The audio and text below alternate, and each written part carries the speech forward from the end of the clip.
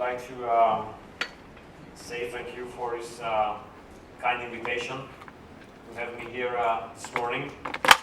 I was warned by the organizers and the moderators like 5 times in the last 10 minutes to be shorter than 10 minutes. So I try to do my best, I'm promising you. So maybe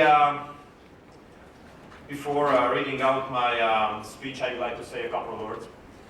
And this is that, as governments, we have very special responsibility in during these difficult times in world economy and world politics, because as you see, changes are going very rapidly, and these changes are fundamental in world economics and world politics nowadays. As a government, we have been following these kind of changes in the recent years, and in 2010, when we have taken over office after overwhelming decision of the Hungarian citizens, we had to make a very important decision after studying the international surrounding and international circumstances which do surround Hungary, and we had to make a choice between 2 strategies that time: whether to choose only to survive the crisis, or look at the crisis as a chance. The chance for Hungary to be even stronger in the post-crisis world than before the crisis. And then we decided to choose the second option, to look at the crisis as a chance to improve our position, to be even stronger. And we understood at that time that the stronger manufacturing industry you have in your country, the stronger you're going to be in the post-crisis world. Maybe it's strange to speak about manufacturing industry after 2 minutes in a conference for shared service centers, but after like 40 minutes in my speech, you will understand why I have started like that. So the conclusion and the main target we have set in front of us was that we have to become the manufacturing center of this continent. And this aim of ours was in the focus as we have restructured the country in the last 3 years, about which I'm pretty sure you have read a lot, and I'm not quite sure that you have read the total truth about what we have done. But I'm pretty sure you know that we have totally restructured our tax system in Hungary, which before was punishing work because it was a progressive one. Now we have a flat tax system which really honors those ones who want to work more and those ones who want to employ more people, like hopefully Deloitte, which is going to employ more and more people in the upcoming years in Hungary. And then we have totally restructured the higher education system. I would like to come to the sentences, what you have just said a couple of minutes ago, that you find here a very effective labor force.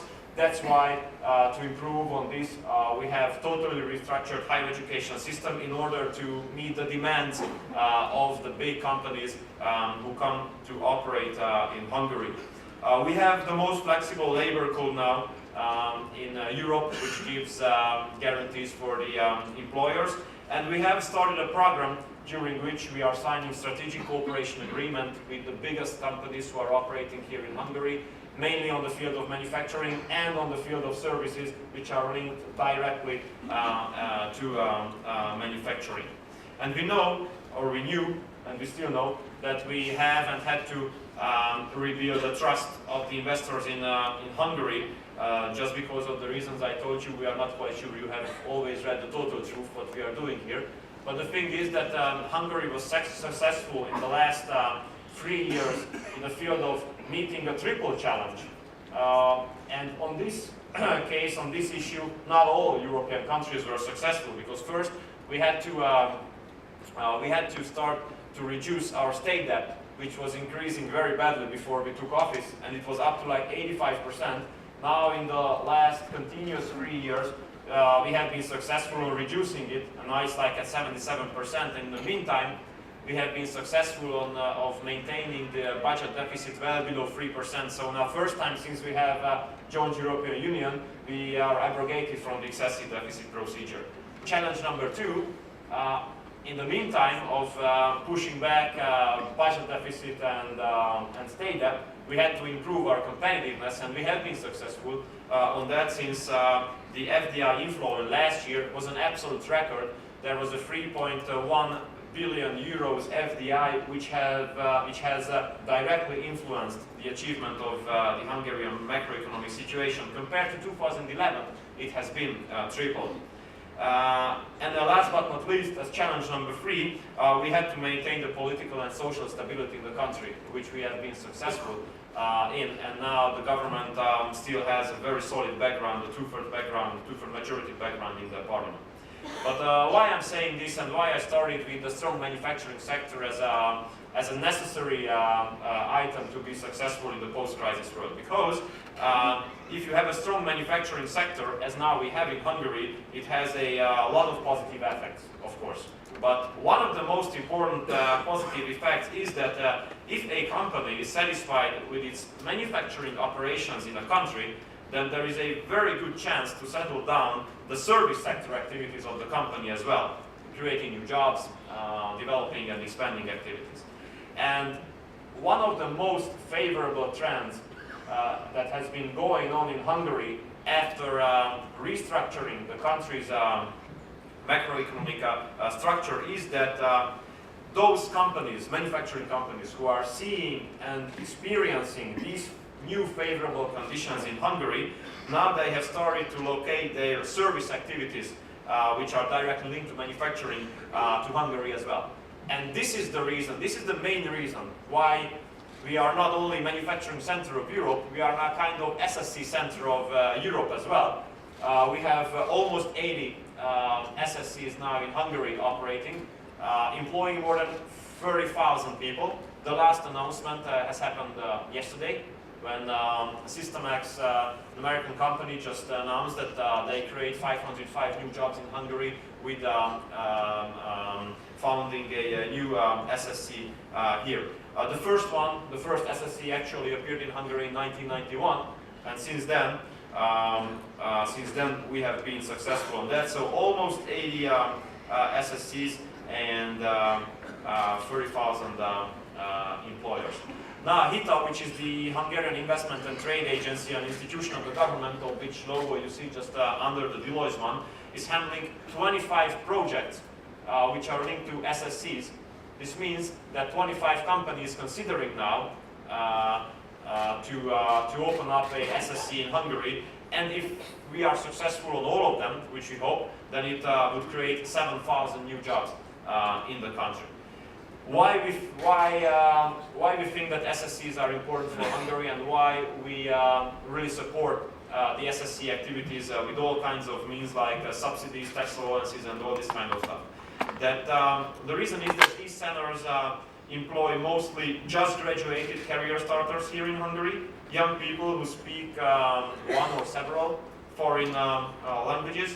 And then these young people are given the opportunity to start their careers in a multinational environment, gaining professional experience, and this is really something that is important for a government and important for a country.